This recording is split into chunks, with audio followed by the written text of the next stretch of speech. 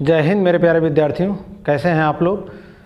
मैंने आप लोगों से कुछ कमिटमेंट किया था और कुछ आपसे एक्सपेक्ट भी किया था। आज तो मैंने चेक कल कर नहीं पाए हम कि किसी ने भेजा है या नहीं। आई होप शायद किसी ने मेरे ख्याल से भेजा नहीं है। अगर जिन्होंने भेजा है उनको बहुत बहुत साधुवाद कि उन्होंने कुछ ट्राई तो किया अपने तरफ से। और मतलब जो कुछ बच्चे करना चाहते थे लेकिन हो नहीं पाया, वो बच्चे मुझे ज़रूर उस क्वेश्चन का स्क्रीनशॉट लेकर भेजिए पर्टिकुलर कि जितने डॉट प्रोडक्ट वाले सवाल थे कि सर ये वाला सवाल हमसे नहीं हो रहा है। एक आध दो सवाल तो आप देखेंगे उसमें कि हिंट भी दिया गया है, लेकिन हिंट को देखकर भी आप उस सवाल को समझ नहीं पाए होंगे। जैसे क्वेश्चन नंबर 11 होगा, उसमें किसी बुक में 12 होगा या 11 ऐसे 100% वो समझ में नहीं आएगा कि कैसे किया गया है। तो वो चीज़ उसको तो हम बताएंगे, वैसे भी बताने वाले थे, लेकिन हमने कहा था कि जो नेक्स्ट लेक्चर लेंगे उसमें क्रॉस प्रोडक्ट बताएंगे ताकि सिलेबस भी कुछ आगे बढ़ जाए। तो आज हम ले रहे हैं सदिशों का सदिश गुणन। हमने कहा था सदिशों जो प्रोडक्ट पढ़ रहे हैं दो प्रकार के होंगे, एक डॉट प्रोडक्ट, एक क्रॉस प्रोडक्ट।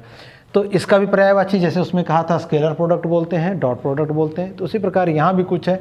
सदिशों का सदिश गुणन इंग्लिश में कहेंगे वेक्टर प्रोडक्ट ऑफ वेक्टर्स, और दूसरा नाम है इसका क्रॉस प्रोडक्ट। तो इसको कैसे डिनोट करेंगे मैथमेटिकली, कैसे इसको डिफाइन करते हैं। यदि दो वेक्टर ए व बी हों तो सबसे पहले इसको लिखते कैसे हैं, परिभाषा तो बाद में आएगी। तो इसको जो लिखा जाता है वेक्टर ए, लोग समझते हैं ए गुणा बी है, यहाँ गुणा नहीं बोलना है, क्रॉस बोलना है। अब लिख दे रहे हैं इसको ए क्रॉस बी पढ़ते हैं। अब ये किताब में कहीं ऐसे नहीं लिखा है कि ऐसा पढ़ते हैं, मतलब वो पढ़ना ऐसे ही है लेकिन लिखा कहीं नहीं है, तो इसलिए हम अलग से लिखवा देते हैं ताकि ज़िंदगी भर आपको ये याद रहे। नहीं तो ए गुणा भी वो कीड़ा काटता रहता है आपको। अब आ जाते हैं इसको कैसे व्यक्त करते हैं, यानी कैसे इसको डिफाइन करते हैं। यदि दो वेक्टर ए व बी इस प्रकार हों कि उनके बीच थीटा कोण बन रहा हो आपस में, तो इनका जो क्रॉस प्रोडक्ट होता है A cross B is equal to होता क्या है, जो देखिएगा डॉट प्रोडक्ट में भी यही बात, थोड़ी दूर तक जाएंगे same to same, modulus of vector A modulus of vector B. यहाँ तक तो ठीक ठाक गए। उसके बाद डॉट प्रोडक्ट में क्या कहा था, इन दोनों वेक्टरों के बीच का कोज्या यानी cosine angle cos theta. But यहाँ क्या होता है, A cross B equal to modulus of A modulus of B into sine theta.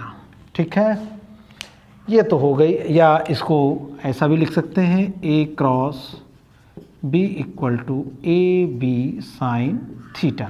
ठीक है, ऊपर वाला मिटा दे रहे हैं। अभी ये चीज़ तो आप समझ ही गए थे। अब आप देखिए इवन मित्तल साहब की बुक में भी, बाकी और इधर उधर लंच पंच किताब में तो बहुत सारी मिस्टेक मिलेंगी, लेकिन मित्तल साहब की बुक में मैक्सिमम कुछ जगहों पर ऐसा प्रयोग कर दिया जो हमने लिखा है यही मित्तल साहब की बुक में लिखा है।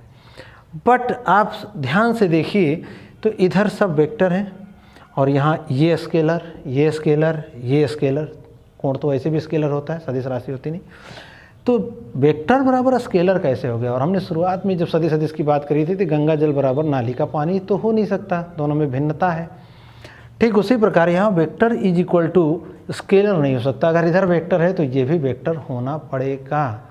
तो ये डेफिनेशन जहाँ भी बुक में लिखी जाती है अधूरी है, वो गलत लिखा है।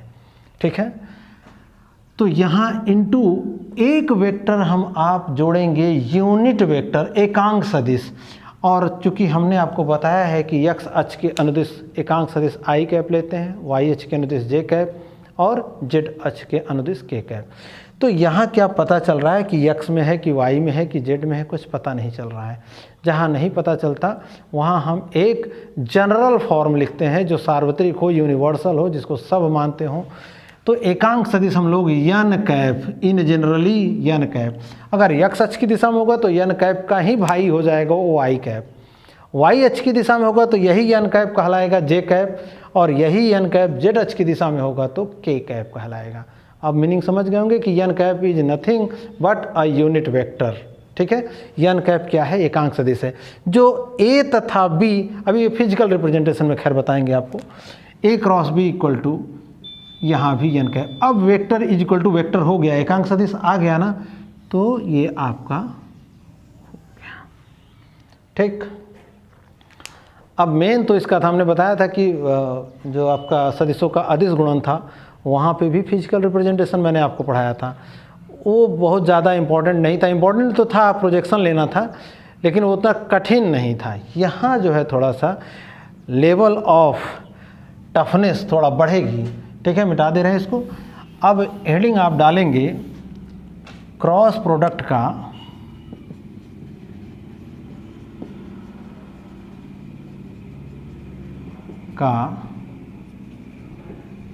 फिजिकल रिप्रेजेंटेशन, यानी हिंदी में कहें तो सदिशों के सदिश गुणन का भौतिकीय निरूपण। ठीक है, यानी एक्चुअल में होता क्या होगा। अभी जो हमने लिखा था A cross B is equal to A B sine theta into n cap. ठीक है, लिखना तो वहीं ये चाहिए था कि एन कैप क्या था, लेकिन भौतिकीय निरूपण में बताएं तो ज़्यादा आनंद आएगा आपको। जहाँ एन कैप एकांक सदिश है, एकांक सदिश है। अब सदिश है तो दिशा होगी, जिसकी दिशा वेक्टर ए नहीं पढ़ेंगे आप इसको, वेक्टर ए एवं वेक्टर बी दोनों के लंबवत है। अब यही चीज़ तो गौर करनी है। ये बहुत कम जगहों पर ही पढ़ाया जाता है और बहुत कम बच्चे जानते भी हैं। प्रीवियस आप जो आपके सीनियर हो गए होंगे, निकल गए होंगे, उनसे भी आप ये पूछ लीजिएगा जो अभी आगे बताने जा रहे हैं, तो उनकी भी सारी जो मतलब कहिए जितना उनका गुणागणित होगा, जो भी उनकी कोई तेजू खान होगा, कोई कमज़ोर होगा, जो तेज होंगे उन बच्चों से आप पूछिएगा तो देखिए उनका क्या आंसर निकलता है। तो अभी जो ये हमने बोला कि एकांक सदिश ए व बी दोनों के लंबवत होता है, अब इसको फिजिकल रिप्रेजेंटेशन में यही बात तो समझनी है। आपको याद होगा कि हमने जो पेन से बनाया था उस दिन, आज भी नहीं है, कि जो इस तरह का स्ट्रक्चर बनाया था कि एक ये उंगली इधर गई 90 डिग्री है ना इससे, और एक इधर हमने कर दिया, तो तीनों एक दूसरे के 90 डिग्री पे आपको दिख रहे होंगे। देख लीजिए, ऐसे भी दिखाएं, तीनों एक दूसरे के 90 डिग्री पर हैं। तो ए और बी दोनों के 90 डिग्री पे हो, इसकी दिशा कैसे समझेंगे। तो बड़ा सामान्य सी बात थी कि एक जो है दो वेक्टर थे और मान लो यही है ए क्रॉस बी, हमने करने जा रहे हैं ए क्रॉस बी। अब मान लो ए क्रॉस बी ऐसी से चल रहा है तो इसका लंबवत सीधा ऐसे जाएगा। ये एक्चुअल में ए क्रॉस बी ही है, लेकिन इसकी दिशा एन कैप ऐसे दिखाते हैं, उसी के अनुदिश है एकांक सदिश। तो इस बात को समझने के लिए बड़े आसानी से ध्यान से देखिएगा, सबने किया है, ऐसा कोई बच्चा नहीं है जो शायद ना किया हो। इवन गर्ल्स जो छात्राएं हैं उन्होंने भी कभी ना कभी किया हो। पेचकस से कभी किसी नट को ढीला अथवा खोला होगा। जब आप टाइट करते हैं, ध्यान से देखो, आपकी तरफ करते हैं, अगर यहाँ पेचकस हमने लगाया और राइट हैंड साइड मतलब ऐसे टाइट करते हो आप, घड़ी की सुई के चलने की दिशा में घुमाते हो हाथ को, अगर घुमाया तो पेंच क्या होती, अंदर की ओर धंसती है। देखा होगा आपने, अंदर की ओर जा रही है मारकर हमारी।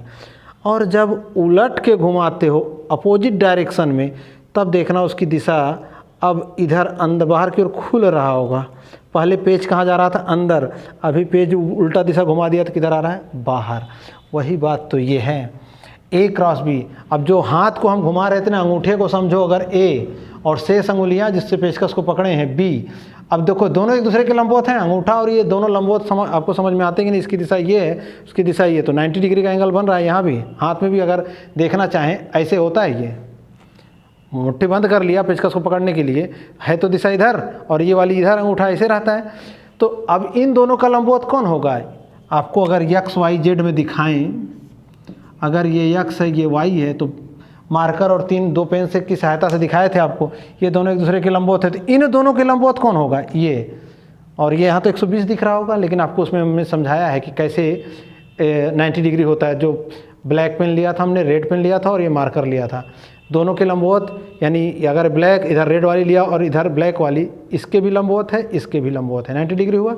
वही बात तो यहाँ कह रहे हैं कि ये एन कैप इन दोनों वेक्टरों के लंबवत होता है। यानी एक चीज़ तो स्पष्ट हो गई कि फिजिकल रिप्रेजेंटेशन आपको समझ में आ गया होगा, पेचकस वाला उदाहरण भी दे दिया। दूसरी बात क्या कि जो हमने आपको बताया होगा डॉट प्रोडक्ट में, ये गुणा के क्रम विनिमय नियम का पालन करता है, बी डॉट ए, यानी कोई फर्क नहीं पड़ता। ये डॉट प्रोडक्ट में आज मत नोट करना है, पहले करवा चुके हैं। बट यहाँ जो आज हम करवाने जा रहे हैं ए क्रॉस बी, अगर पेचकस वाला ही उदाहरण, पेचकस और कील का उदाहरण लें, तो जब आप राइट हैंड यानी क्लॉकवाइज घड़ी की सुई की चलने की दिशा में टाइट कर रहे थे तो रिजल्ट क्या आया, कील अंदर जा रही थी। और जब घड़ी की सुई की चलने की विपरीत दिशा में स्टार्ट किया ऐसे घुमाना, तो कील अब क्या हो रही, बाहर आ रही है, यानी दोनों बार अलग अलग रिजल्ट आ रहे हैं। पहली बार जब क्लॉकवाइज घुमा रहे थे तो कील अंदर जा रही थी, दूसरी बार जब एंटी क्लॉकवाइज घुमा रहे हैं तो कील बाहर आ रही है। तो यानी एक ए क्रॉस बी क्रॉस ए के तो बराबर नहीं हो सकती, दोनों का अलग अलग रिजल्ट आया है, तो इसी चीज़ को हम बोलेंगे नॉट इक्वल टू। ठीक है, तो ये इंपॉर्टेंट रिजल्ट ये आया। और दूसरा इसी चीज़ को अगर हम कहें कि नहीं बराबर दिखाएंगे ही हम, तो आप जानते हैं फिजिक्स में विपरीत दिशा को माइनस से दिखाते हैं। अगर बराबर दिखाना है तो A cross B is equal to minus of B cross A होगा। ये अभी आपका हो गया क्रॉस प्रोडक्ट और उसकी डिफिनेशन, पहचान और फिजिकल रिप्रेजेंटेशन। अब जैसे लंबकोणीय एकांक सदिशों का अदिश गुणनफल पढ़ाया था, अगले लेक्चर में मैं आपको लंबकोणीय एकांक सदिशों का सदिश गुणनफल बताऊंगा। इस चीज़ को आज बेटा 2 बार 3 बार प्रैक्टिस जरूर करिएगा, क्योंकि यही सबसे ज़्यादा इंपॉर्टेंट इस चैप्टर में है और इसी में सबसे ज़्यादा बच्चे गलती करते हैं। ठीक है, तो मिलते हैं आपसे अगले लेक्चर में। Thank you for watching.